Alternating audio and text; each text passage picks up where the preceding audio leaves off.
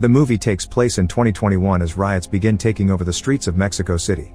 When things get violent and the mess is taken advantage of to establish a military dictatorship, hospitals are suddenly flooded with wounded people, and the elderly are kicked off their beds to give space to the new arrivals. Meanwhile, in the fancy part of the city, two wealthy families are celebrating the wedding of their heirs Marianne and Alan. Marianne's mother Rebecca is extremely worried because a judge friend will be attending the party, so everything must be perfect. Whenever the happy couple gets some money as a gift, Rebecca puts it away in the safe. She also keeps obsessing over the water because sometimes it comes out green, a consequence of the paint being used in the riots. However, her husband Ivan tells her she needs to relax. Most people, including Marianne's brother Daniel, arrived early, but many of the guests are having trouble reaching the house because of all the blocked roads. One couple even got green paint thrown at their car and their clothes. During the party, Marianne is approached by maid Marta to ask her if she could spare a minute for former employee Rolando. It turns out his wife Elisa, who also used to work for this family, is very ill and needs surgery as soon as possible. Rolando had everything ready at the public hospital, but the protesters took over, and now he has to take her to a private practice, for which he needs the money. Rebecca is hesitant to help, using the wedding party as an excuse to guilt trip him, but Rolando swears he would not be here if it was not an emergency, so Rebecca has no choice but to try to help the man that worked for her for years. While some guests decide to leave early because they are afraid more roads will be closed, Rebecca asks Daniel and Ivan for some money, specifically mentioning low numbers, and after adding a bit of her own, she brings it to Rolando. It is not even a quarter of what he needs, but she claims it is all they had on hand before going back to the party. Rolando stays by the door wondering what to do when he suddenly sees Marianne and calls her over, congratulating her on the wedding before explaining his situation. Marianne has always been fond of Rolando and his wife, so she does not hesitate to go back inside to ask for that extra money. Daniel tells her to ask Ivan, but Marianne knows how he gets when it comes to money and thinks it is a bad idea, causing Daniel to take matters in his own hands. He goes outside and gives Rolando all the money he has left in his pockets, which isn't much, and tells him to leave or he will call security. Marianne still refuses to give up and asks Roland to wait before going to the family safe, only to discover she cannot open it and access her own money. She asks Ivan about it and learns her mom changed the password, but instead of helping, Ivan tells her to enjoy the party and leave those matters for later.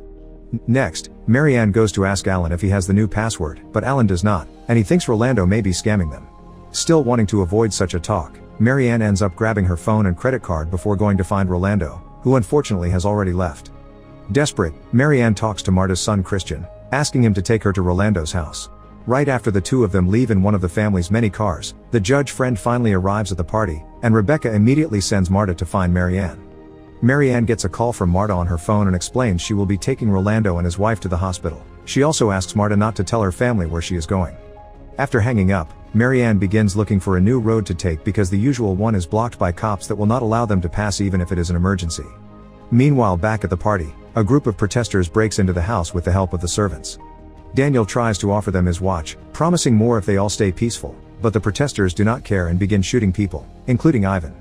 Rebecca is held at gunpoint in order to make her open the safe. One of the maids takes the chance to steal a bunch of stuff as well, and while most of the guests are being beaten up, Marta hides in a closet to call Christian and warn him not to come back to the house. Unfortunately, before she can explain more, one of the protesters finds her and hits her too. Guests are held against the wall and asked for their belongings. Some of them are even asked to transfer money using their phones. If anyone even hesitates to collaborate, they get shot, and sometimes they get shot even after giving them what they want, like it happens to Rebecca after opening the safe. A pregnant woman is shot as well with not even a second thought for the baby, and the entire house gets destroyed too.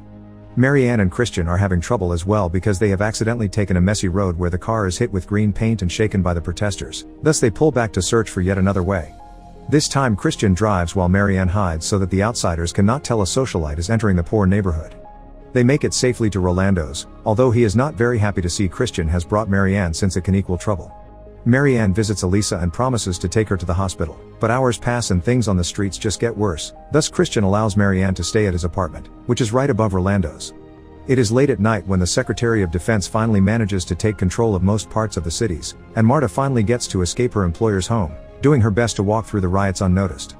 In the morning, ambulances arrive at Daniel's house to take away all the bodies while the army declares a curfew for all the areas affected by the riots. Marianne wakes up and wants to go home, but it may be dangerous, so Christian goes outside first to check the state of things. The streets are empty except for a group of soldiers that immediately get Christian on his knees to interrogate him. When Christian confesses he wants to help his boss, the soldiers enter his home and make him stay there while taking Marianne away, promising to guide her home safely.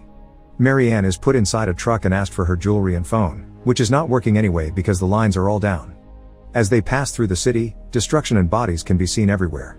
Marta finally makes it to Christian after walking for hours, but Marianne is not doing as well. The soldiers lied and are not taking her home. They are taking her to their base, where they keep tons of hostages that they will use to get ransom money later. Each victim gets a number written on their heads and is asked for their personal information before being put in a cell with everyone else. If they don't collaborate, they are punished with violence. Sometimes a bunch of soldiers come over and take the women into an open room to take advantage of them. At the hospital, Daniel finally has a breakdown when he is reminded he has to make arrangements for the funerals of his wife and Rebecca. Later, Alan takes Daniel with him to see his dad, who is friends with General Oribe. They ask this general to pull some strings to find Marianne, and Oribe promises to do as much as he can. When the time for the funeral comes, not many people attend because most of their relatives and friends are dead. Almost a month later, while Rolando is doing his best to keep Elisa alive, it is announced on the streets that citizens will be allowed to leave their houses for hours per day. This should be a good chance to try to get in contact with the hospital, so Rolando leaves his wife with Marta and goes outside. Unfortunately, the citizens are only allowed to walk around a few blocks, and when Rolando tries to go farther, he is stopped by the soldiers blocking the exits without getting any answers from them. Daniel and his family have the money to quickly fix the house and bring Ivan over from the hospital. He has survived the shot, but he is in a very delicate condition and must stay in bed all day long. He is also assigned a nurse. Alan's mother begins to wonder how long they have to wait for Marianne to be found before they can move on, and to make matters worse with her lack of sympathy, she sometimes orders the nurse around as if she was a maid. At the base, the soldiers are finally putting their plan into action by recording videos of the hostages asking their relatives to please pay for their rescue. These videos are later sent to the victims' families. One night, Elisa's health hits its lowest, so Rolando decides to risk going outside to find a doctor. Unfortunately, he ends up being shot by the soldiers because he will not stop walking when asked and ends up dying the same night as his wife. Sometime later, Christian and Marta go to church to say goodbye to both of them. The next day, Daniel gets the video of Marianne plus a request for 10 million for her rescue, but no instructions on how to send the money. At the base, the hostages are all being washed together with cold water from a hose while the soldiers begin arguing over who gets which amount of money depending on how much they have helped their cause. Two particular soldiers are not happy with the small amount their boss assigns them, so when nobody is watching, they move Marianne to another cell before visiting Christian and Marta with a message. If they want to save Marianne, they must bring 800,000 pesos. Obviously, they do not have that kind of money, but work permits are finally being given to employees, meaning Christian and Marta should be able to return to their old jobs and steal from Daniel's family. Christian uses the 2 free hours a day to try and find out where to get these permits while at the base. The hostage videos get worse, now they include torture too. Marianne's family gets another one of those recordings and takes it to Oribe, who once again makes vague promises. Sometime later, Christian and Marta finally get their permit and begin working again. The process to leave the house is very strict. Soldiers put them in lines to check their permits and confirm they are not carrying weapons, then they are assigned to specific buses and vans that will take them directly to work to avoid any chances of anyone walking away. Once they arrive at Marianne's house, Marta helps Alan's mom with the cleaning while Christian speaks to Daniel in private to explain the situation. Daniel asks Ivan for his opinion, and Ivan gives him permission to send the money. Meanwhile at the base, Marianne hears how a hostage is taken outside because his Ramzan got paid, but in the end, he just gets shot. In the evening, Christian and Marta manage to bring the money back to their home without being found by hiding it under their clothes, since the guards only check their bags. Moments later the soldiers come to pick up the money but they do not bring Marianne. Instead they ask for $1 million to be picked up the following night. And now Daniel thinks they are part of the scam. He calls the general to ask for his help, and in the evening, Oribe and his men wait at Christian's home for the soldiers to come for the money. The soldiers get arrested, and sadly, so is Marta. Now that Oribe knows where these soldiers come from, he goes to the base to rescue Marianne. Once he leaves without doing anything about the rest, the other soldiers begin shooting and lighting on fire all the hostages in order to abandon the building before they can possibly be arrested too. Instead of being taken home though, Marianne is taken to Christian's place and both of them get shot on the spot. When Oribe calls Daniel over to identify the body, he pretends Christian killed Marianne before ending things for himself too.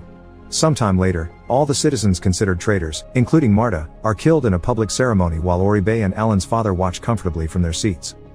Make sure to subscribe and turn on notifications so you can watch more videos like this. Thanks for watching.